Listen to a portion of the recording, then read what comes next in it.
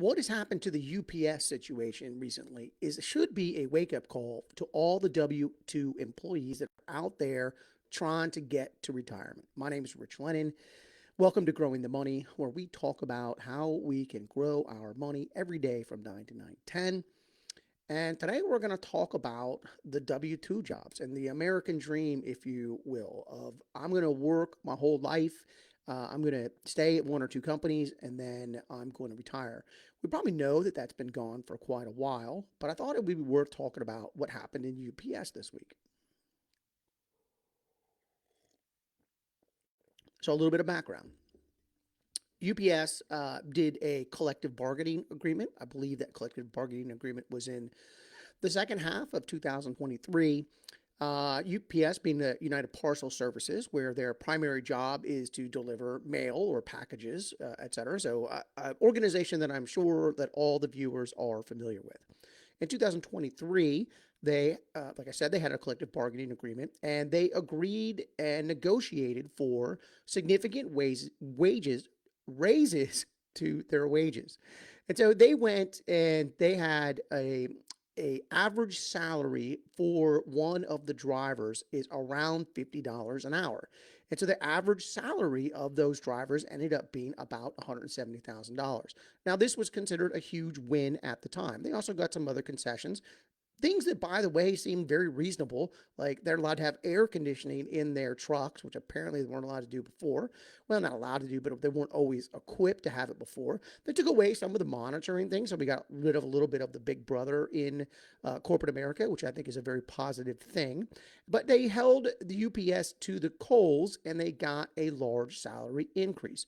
So now we're at 2 years later, and this week UPS reached out to all their workforce and offered them $1,800 per year that they have been employed with the company, and they will buy you out of your contract. So if you've been working there for 10 years, then they would give you an $18,000 check and then you would leave the company.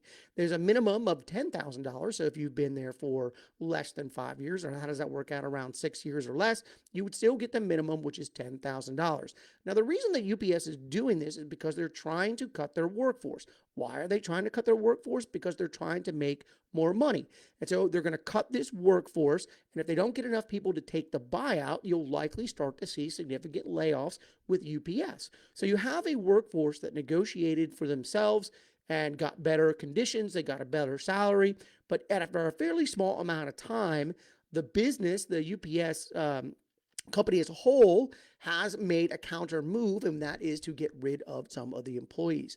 Now, this is a really good example of corporate America is not going to take care of you, and I'm speaking to the W-2 employees.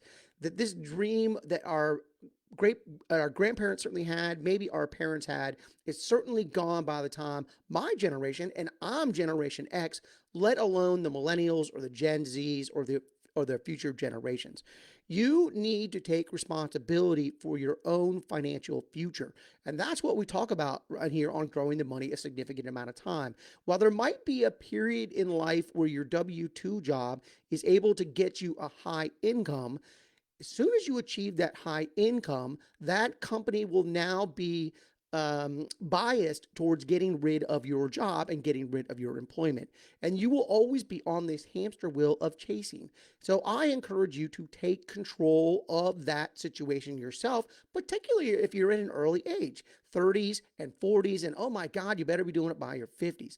One of the tried and true methods of building wealth in America has been real estate. It was the path to success for me personally. Buying a bunch of rentals and doing some flips to get immediate cash flow is something that I focused on and did extremely diligently and focused for about 10 years, and that paid off really well. And I would encourage all those W-2 employees to start looking at self-employment and how they can go out and they can earn an income that they control and is not controlled by corporate America. One of the other things that I really did, and I want to throw this out there, is in my mid 30s to late 30s, I really got involved in doing investing inside my IRAs. The IRAs offer the ability to have tax-free growth and compounding interest. And the way I like to do this is I like to lend my money out of my IRAs.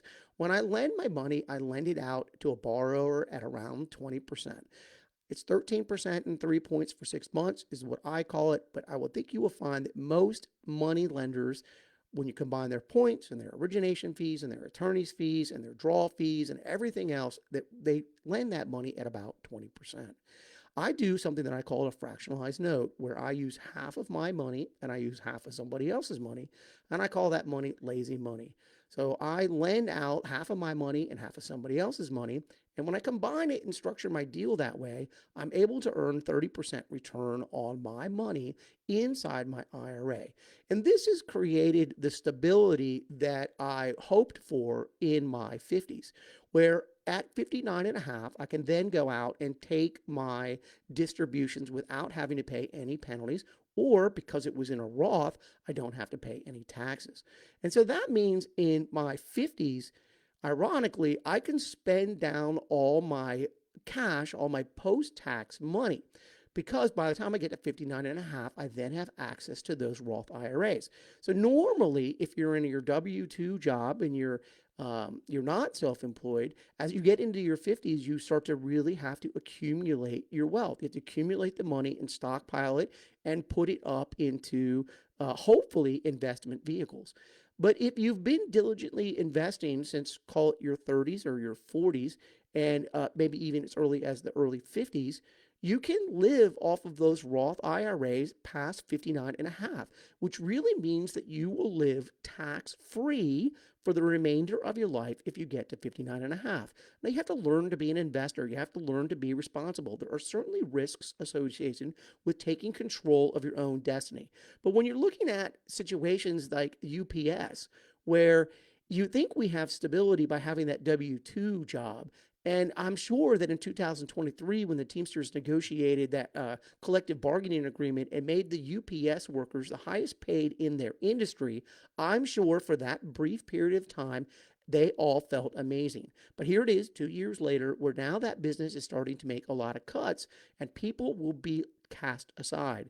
I encourage you, if you come here and you listen to Growing the Money every morning, I encourage you, take control of your destiny, take control of your investments, learn how to be a smart, diligent investor where you can earn the profits to give you the life that you want in retirement. My name is Rich Lennon. If you're interested in how I do those investments, check me out at richlennon.com. If you like what you see and you want to ask me some more questions, just bang on that growth call button, and I'll be happy to chat about it. All right, everybody, have a great day.